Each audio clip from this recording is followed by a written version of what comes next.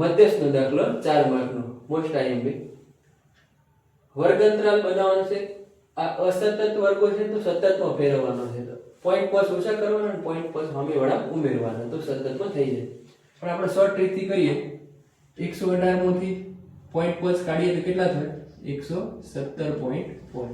અને સામેવાળા ઉમેરવાના તો 126.5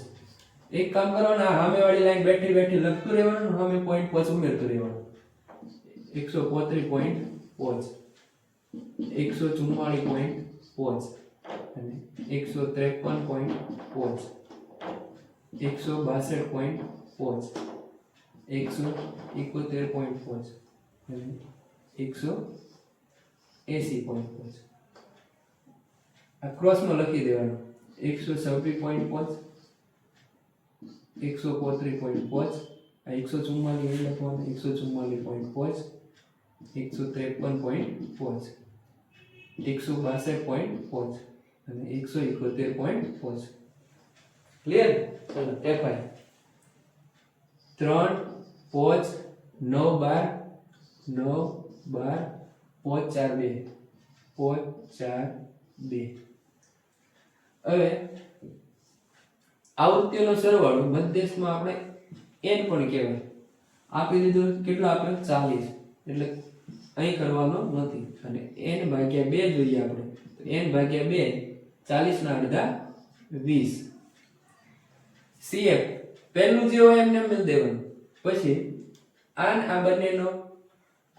સરવાળો 3 ને 5 8 8 ને 9 8 દુ 16 ને 1 17 17 ને 12 7 ને 2 ને 7 9 1 ને 1 2 29 29 ને 5 34 34 4 38 38 ને 40 આ બંને હરખું આવવું જોઈએ છે તો આપણું આ કોલમ રેડી હવે શું કરવાનું તો આ n ભાગ્યા 2 20 છે તો CF વાળી લાઈનમાં જોવાનું 20 હોવા જોઈએ 20 ના હોય તો એના કરતા મોટી સંખ્યા પકડવાની તો મોટી કોણ છે 20 કરતા મોટી 29 તો એને આ રીતે બનાવી દેવાનું બનાવી હવે આવૃત્તિ વાળામાં ખાનામાં એને આવૃત્તિ જ કહેવાનું fi અદાસીમાં એને l કહેવાય અદાસીમાં l h બરાબર પોઈન્ટ વાળામાં જલ્દી ખબર ના પડતી તો અહીં જોઈ લેવાનું કેટલાનો વધારો થાય તો 118 થી 126 9 નો વધારો થાય h બરાબર 9 અને આ 29 થી ઉપરની સંખ્યાને કહેવાય cf આ જે કોલમ દોરી એનાથી ઉપરની સંખ્યાને cf કહેવાય તો હવે સૂત્ર લખી દઈએ m બરાબર l પ્લસ n ભાગ્યા 2 માઈનસ cf અપોન f ગુણ્યા h l ની કિંમત 144.5 પ્લસ n ભાગ્યા 2 20 માઈનસ cf કેટલા છે 17 f 12 ગુણ્યા h બરાબર 9 144.5 પ્લસ 20 માંથી 17 લે તો 3 છેદમાં વધે 12 અને ગુણ્યા 9 બધી રીતથી છેદ ઉડે એમ 3 ચોક 12 ઉડે અને આ રીતે કરવું તો થાય બે ભાગ પણ 3 ચોક 12 અને 3 તારી 9 આ 3 ઉડી ગયા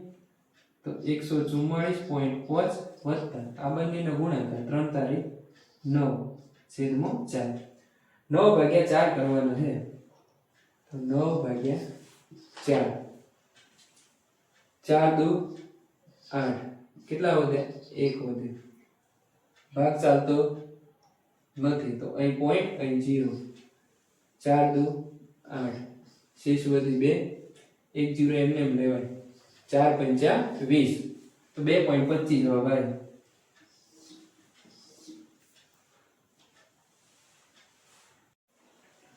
ચલો 144.5 પ્લસ 9 ભાગ્યા 4 કર્યા તો આપણને કેટલા મળે 2.25 આ બંનેનો સરવાળો 144.5 પ્લસ 2.25 પોચ એમને 2 ને 5 7 પોઈન્ટ ની નીચે પોઈન્ટ 4 ને 2 6 4 એમને અને 146.75 આપણને મળ્યું એ